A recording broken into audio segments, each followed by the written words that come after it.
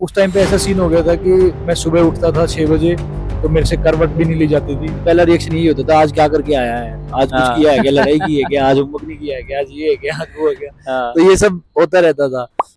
Hello and welcome to the winning story. आज हमारे साथ है Mohit Khatri. So let's all welcome him to the show. Thank you sir, thank you for giving me the opportunity to raise my voice and to get to the new sports persons and the public of India. Thank you. सबसे पहले तो मोहित भाई कैसे हो, क्या चल रहा है, कैसी चल रही है लीग आपके लिए? मैं बहुत बढ़िया हूँ, काफ़ी मज़ा आ रहा है, काफ़ी अच्छा एक्सपीरियंस मिल रहा है। लीग भी काफ़ी अच्छी चल रही है, इतने सारे मैचेस, इतना एक अच्छा एक्सपोजर टूर जो हमको मिल रहा है वो काफ़ी अच्छा है। काफ़ी एक्सपीरियंस भी मिलेगा इससे हमें, ताकि हम आगे अपनी नेशनल टीम को भी हेल्प कर पाए। मोहित भाई, सबसे पहले तो जो बर्निंग क्वेश्चन या आपके नाम के अराउंड जो चल रहा है कि कॉन्ग्रेचुलेशन कि आप सबसे हाईएस्ट बिड इंडियन रहे हैं रग्बी प्रीमियर लीग के। तो कैसा रहा, क्योंकि आपने बताया था एक इंटरव्यू में कि आपको पता ही नहीं था कि आपका ये हो गया है। तो कैसा था वो एक्सपीरियंस, क्या फीलिंग आई थी, कैसा लग रहा है अब? तो हुआ ये था कि जब पता चला, जब कि अराउंड 12 बजे का टाइम था जब ऑप्शन हाँ। ख़त्म होना था, तो उस टाइम पे कुछ पता नहीं चल रहा था कि क्या हुआ क्या नहीं, कितने बिड लगी है किसकी। तो ऐसे ही फिर मैं वेट करता करता मैं सो गया था, क्योंकि शाम को मेरी ट्रेनिंग थी, तो मैं सो गया। फिर मैं जैसे ही उठा तो 2-3 लोगों के मैसेज आए, हाँ। फ़ोन आ रखे थे कि कॉन्ग्रेचुलेशन मैसेज थे, कॉन्ग्रेचुलेशन ये वो। मैं देख रहा हूँ कि ऐसा क्या हो गया एकदम से। तो फिर मैंने जब देखा, फिर वो एक पीडीएफ आई जिसमें सबका प्राइस था, जिसमें वो लिखा था। तो फिर मैंने देखा, फिर काफ़ी खुश था, फैमिली को दिखाया, फैमिली भी काफ़ी खुश थी, काफ़ी प्राउड थे। और काफ़ी सारे फ्रेंड्स जिनसे शेयर किया, काफ़ी सारे मेरे मोस्टली फ्रेंड्स तो वही है जो खेलते ही है साथ में, तो सबसे शेयर किया। सबके लिए एक अच्छा मोमेंट था, एक प्राउड मोमेंट था सबके लिए। आपके लिए अपने मम्मी पापा का सपोर्ट बहुत ज़्यादा महत्वपूर्ण रहा है। तो आपको याद है कि उनका एग्जैक्ट रिएक्शन कैसे था जब आपने उनको न्यूज़ बताई तब? अब पहले मेरे समझ में नहीं आ रहा था कि मैं उनको बताऊं कैसे और क्या बताऊं। तो ऐसे ही मम्मी उस टाइम पे किचन में थी, तो मैंने जाके ऐसे बोला। मम्मी को एकदम से समझ में नहीं आया कि ये क्या है, बिड बिड क्या सिस्टम है क्या नहीं है। तो मैंने ऐसे बताया कि जो ऑक्शन प्राइस होता है उसमें सबसे हाई मेरा गया है। तो हाँ। एकदम से वो अपना काम वाम छोड़ के मेरी तरफ देख के ऐसे, अच्छा सच में। तो वो मूवमेंट काफी अच्छा था। पापा का भी ऐसा ही सीन था, पापा को बताया तो वो भी काफी खुश हुए और हाँ। कॉन्ग्रेचुलेट वगैरह किया। मोहित, आप ऐसे शहर से आते हैं, सोनीपत हरियाणा से, जहाँ पे मुझे ये कहते हुए काफ़ी प्राउड लगता है कि वहाँ पे क्रिकेट नहीं स्पोर्ट को बढ़ावा दिया जाता है। तो आपको क्या लगता है कि आपके जो एरिया है, आपका जो पूरा एक स्टेट या सिटी है, वो कैसे इंडियन स्पोर्ट को प्रमोट कर रहा है? अब बेसिकली हमारे आसपास के एरिया में स्पोर्ट्स को काफ़ी ज़्यादा महत्वपूर्ण दिया ही जाता है, काफ़ी सारा इम्पोर्टेंट है ही। क्योंकि एक तो गांव से जुड़े लोग हैं, जब भी टाइम मिलता है कुछ ना कुछ फिजिकल एक्टिविटी, चाहे वो खेत का काम हो गया, चाहे वो गेम हो गया, चाहे वो कुछ भी हो गया, तो लोग उसमें इन्वॉल्व होना पसंद करते हैं। और आजकल की जो यंग जनरेशन है वो तो खासकर ज़्यादा करती है। जब भी टाइम मिलता है तो आसपास कुछ भी, क्रिकेट हो गया, फुटबॉल हो गया या वॉलीबॉल हो गया, तो हाँ। गांव में जैसे ही लोकल टाइम मिलता है तो वो ये लोग खेलते हैं। तो हमारे गांव के आसपास काफ़ी स्टेडियम भी है, जैसे साई स्टेडियम है, और एक दिल्ली में भी लगता है। तो हमारा गांव बिल्कुल बॉर्डर पे है, तो दिल्ली और हरियाणा दोनों आसपास में ही है। तो उन चीज़ों की वजह से भी काफ़ी, जैसे खेलने को जगह भी मिल जाती है। तो ये चलता रहता है, स्पोर्ट्स का जुड़े आप ही रहते हैं आप लोग। ऑलमोस्ट छठी क्लास से स्पोर्ट्स की दुनिया में शामिल हो गए थे। तो इतने साल से जब आप स्पोर्ट को करीब से देख रहे हैं, तो आपको क्या लगता है कि इंडियन स्पोर्ट्स जो कल्चर है अब, तो वो कैसा है? क्या आपके हिसाब से हम एक अच्छे लेवल पे है या हमें बहुत आगे जाना है?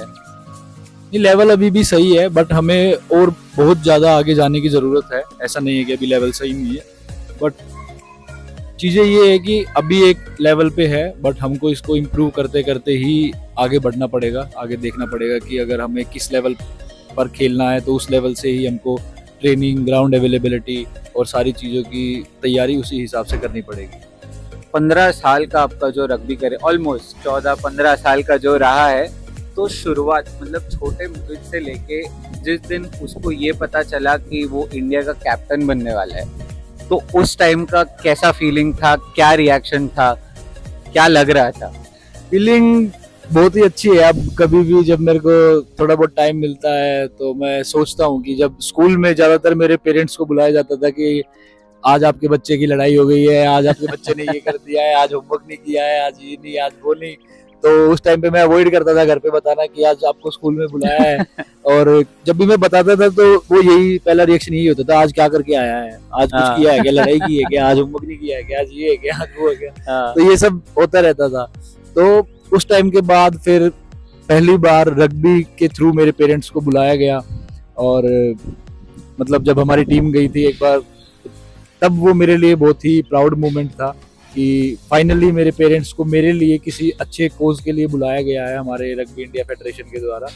और फिर उसके बाद जब मैं 2024 में मेरे को कैप्टन बनाया गया तो वो फीलिंग भी बिल्कुल नेक्स्ट लेवल थी। मैं आपको एक्सप्लेन तो कर ही नहीं सकता वर्ड्स में, बट काफ़ी अच्छा एक्सपीरियंस था, काफ़ी सीखने को मिला। पहले ये लगा लो कि 10-12 साल मैंने चीज़ों को सीखा है। तो पहले कैप्टन भी थे, पहले कैप्टन मेरे भाई है, 2 भाई थे, विकास खत्री थे, हाँ, फिर प्रिंस खत्री बने, यस। फिर उनके बाद अभी मेरे को मौका मिला है तो मैं भी अपना बेस्ट देने की कोशिश कर रहा हूँ। क्या बात है।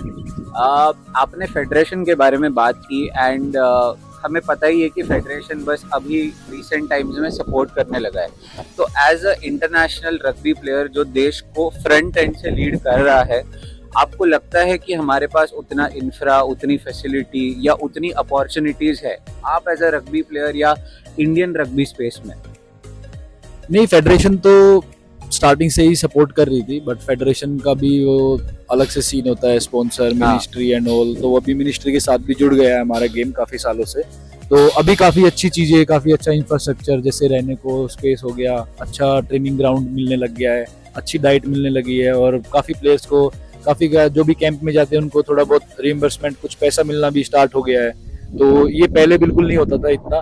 अभी तो जैसे जैसे मिनिस्ट्री के साथ जुड़े हैं, जैसे जैसे और स्पॉन्सर्स इनके आ रहे हैं, तो अभी चीज़ें काफ़ी अच्छा, काफ़ी बेहतर होनी शुरू हो गई है। उनके ही रिगार्ड, उनसे ही मिलके, जैसे अभी नेशनल फेडरेशन ने जीएमआर के साथ मिलके ये लीग हाँ। होस्ट कराई है, तो ये भी एक कोई छोटी मोटी बात नहीं है, बहुत बड़ी बात है कि वर्ल्ड के, ये लगा लो कि आप ओलंपिक लेवल के प्लेयर को इंडिया में लाके इंडिया के प्लेयर्स के साथ एक टीम खिला करके रहे हैं। खिला रहे हैं, तो वो एक बहुत ही बड़ी बात है हमारे लिए। आपका हमेशा से हम्बल बिगनिंग्स रहा है, हमने आपको ऑन स्क्रीन भी देखा है, सोशल मीडिया पे भी देखा है, और आप हमेशा दिल्ली हरिकेन्स को काफ़ी प्रमोट करते हैं क्योंकि आपने यही कहा है कि जो आपका क्लब होता है वो आपकी पहचान होती है। तो आपके लिए दिल्ली हरिकेन्स का जो सपोर्ट है वो कैसे रहा है और आप कैसे डिस्क्राइब कर सकते हो उसे? मैं सिंपल शब्दों में कहूँ तो दिल्ली हरिकेन्स जो हमारा क्लब है, और उनके कोच जो है हमारे कुलदीप सिंह बिष्ट, उन्होंने ही उस क्लब को आज यहाँ तक लेके आए हैं। 2004 में हमारा क्लब बना था, तो उस टाइम पे कुछ ही प्लेयर्स थे। फिर 2011-12 में अराउंड मैं क्लब में जाना स्टार्ट किया था मैंने। मैं उस टाइम पे यही 6-7 क्लास में था। तो वो सफ़र से लेके आज तक जो भी मैं बना हूँ, जो मैंने सीखा है, जो भी चीज़ें रग्बी के थ्रू मेरे को मिली है, मेरे हिसाब से तो मेरे क्लब की वजह से, क्योंकि एक प्लेयर को बनाने वाला एक क्लब ही होता है जहाँ से वो हर एक चीज़ सीख के आता है, हर एक चीज़ की ट्रेनिंग करता है, गलतियाँ करता है तो सीखता है, फिर उसका एग्जामिनेशन टाइम बाहर होता है। तो हम जो टूर्नामेंट्स खेलने जाते हैं, स्टेट खेल रहे हैं, नेशनल खेल रहे हैं, इंटरनेशनल खेल रहे हैं, वो फिर हमारा एग्जामिनेशन टाइम। उसके बाद वापस प्रिपरेशन के लिए, सीखने समझने के लिए बेसिक रूट्स हमारा क्लब ही है, जो कि हमारा दिल्ली हरिकेन्स है। आपका क्लब से ज़्यादा एक फैमिली है। आप अजय भाई के साथ खेलते हैं, प्रिंस भाई के साथ खेलते हैं, तो उनके साथ, जैसे अजय भाई भी हमें बता रहे थे कि वो बस प्रैक्टिस के लिए आगे नहीं देखते, हमेशा वो यही होता है कि यार अब वीकेंड है तो चलो दोस्तों को, मतलब वो आपके लिए एक दोस्त और फैमिली की, चलो कॉफी पीने चलते हैं। तो कैसा कल्चर है ऑफ द स्क्रीन एंड कैसी रिलेशनशिप है आपकी? कल्चर मेरे को जो सबसे ज्यादा अच्छा लगता है वो हमारा कल्चर ही है, क्योंकि मोस्टली ये होता है कि रग्बी खेलने आते हैं, ठीक है, गेम के रिगार्डिंग हो गया, बट उसके अलावा भी हमारा क्लब भी हमें ऑलमोस्ट हर चीज़ में सपोर्ट करता है। जैसे किसी को कुछ स्कूल एडमिशन में किसी बच्चे को ज़रूरत है जो हमारे क्लब से खेल रहा है, तो उसकी अगर कोई हेल्प कर सकता है, तो जैसे क्लब एक फैमिली बन जाती है, तो उसमें फिर जिसको जैसी जो ज़रूरत है, कोई किसी की हेल्प कर सकता है तो वो कर देता है। और फ्रेंड्स का जैसे कि आपने बोला, तो मेरा तो मेनली एक पॉइंट ऑफ अट्रैक्शन यही था कि मतलब मेरी बचपन से ही जिंदगी ऐसी चली है कि दोस्तों के साथ ही। मैं घर का भी अपना बहुत कम सोचता हूँ जब मेरे साथ मेरे दोस्त होते हैं, और मैं अवॉइड ही करता हूँ बाहर, जितना टाइम हो सकता है मैं अपने दोस्तों के साथ स्पेंड करूँ।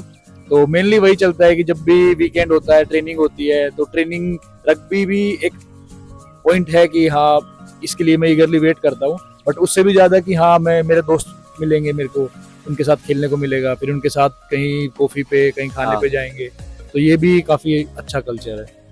थोड़ा सा मेंस रग्बी टीम के बारे में बात करते हैं। आप कैप्टन भी है। If I am not wrong, अभी मेंस रग्बी टीम जो है वो 85th रैंकिंग पे है। तो क्या लगता है आपको इन द कमिंग टाइम क्या चीजें ऐसी है जो हमने अगर सही करी as a Indian national team, तो we can automatically play with the best of the best?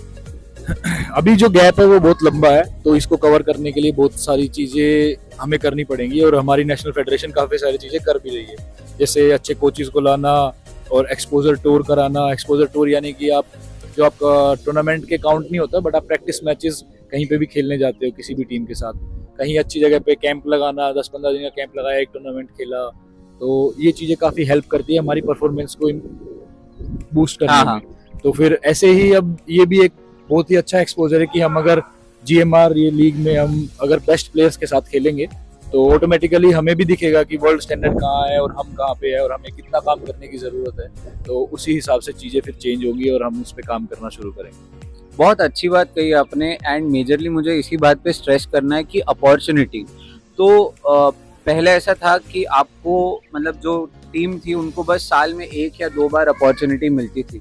तो क्या अब वो चेंज हुआ है? क्या आप ज्यादा रग्बी खेल सकते हैं एट अ प्रोफेशनल लेवल, ना कि ओनली प्रैक्टिसिंग? तो क्या वो चेंज हुआ है? हाँ, काफ़ी सारी चीज़ें चेंज हुई है, नेशनल टीम भी काफ़ी एक्सपोजर दे रही है। इसके अलावा हमारे जो स्टेट है, स्टेट में जो खेलने को मिलता है हमको, वो भी काफ़ी अच्छा एक्सपोजर होता है। इसके अलावा हम क्लब से भी खेलते हैं, और अगर यहाँ से टूर्नामेंट कुछ कम मिल रहे हैं या नहीं होता, जिस टाइम पे थोड़ा रेस्ट होता है, तो उस टाइम पे हमारा क्लब भी ट्राई करता है कि हमें अपॉर्चुनिटी दे, कुछ खिला के, कुछ कोई टूर्नामेंट में पार्टिसिपेट करके अपनी टीम को ले जाने के लिए। तो ये काफ़ी सारे एक्सपोजर टूर्नामेंट्स अभी मिल रहे हैं। बहुत सही। मोहित भाई, जब सब बच्चे ये सोचते हैं कि मुझे क्रिकेट खेलना है या मुझे जाके हॉकी खेलना है, तब आपने एक ऐसा स्पोर्ट्स चुना जिसका बॉल भी सीधा नहीं होता, like it's not even circular.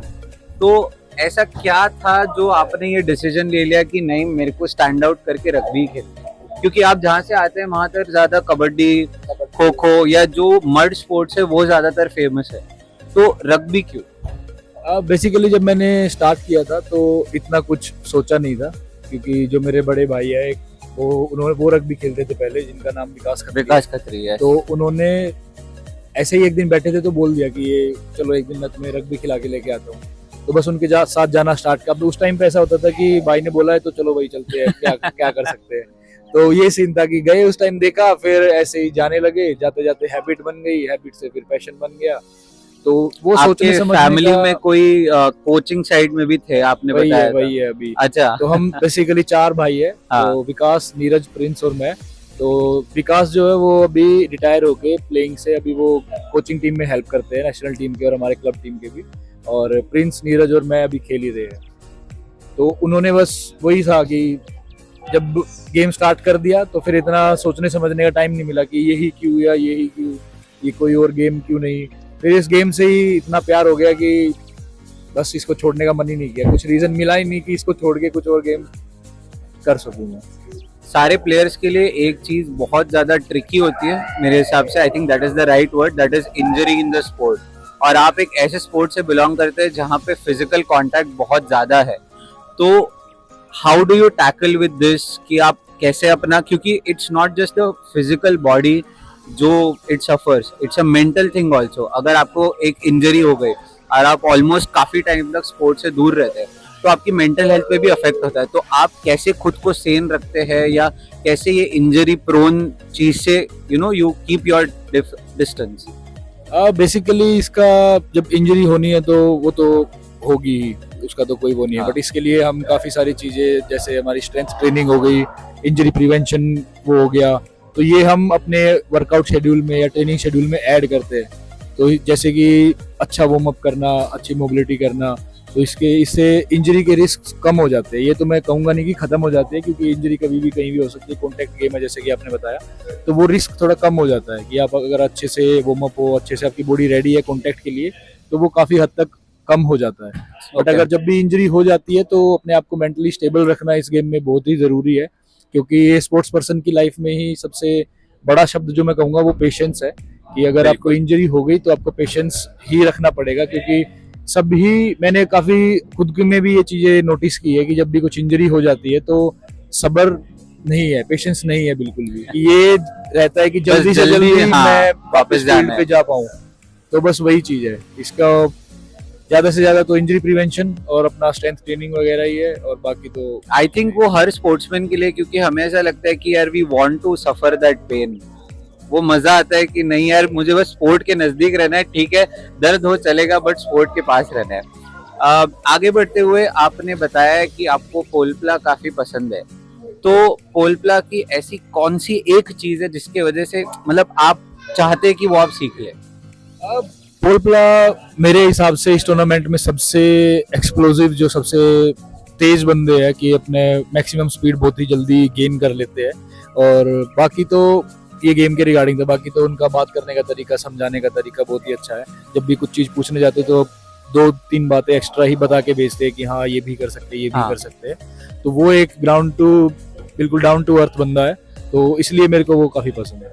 And rugby premiere league का इनॉग्रेशन होना, मिस्टर राहुल बोस जो नेशनल प्रेसिडेंट है इस ऑर्गेनाइजेशन के, तो इस पूरे इनिशिएटिव का रियलिटी में आना कितना इम्पोर्टेंट है स्पोर्ट के लिए? इसका आना बहुत ही ज़्यादा इम्पोर्टेंट है, क्योंकि लीग आई है तो इससे ही ज़्यादा से ज़्यादा लोग इसको देखेंगे, रग्बी गेम को जानेंगे और इस गेम के बारे में पता लगेगा कि हाँ ये गेम भी कोई चीज़ है और इसकी लीग आई है।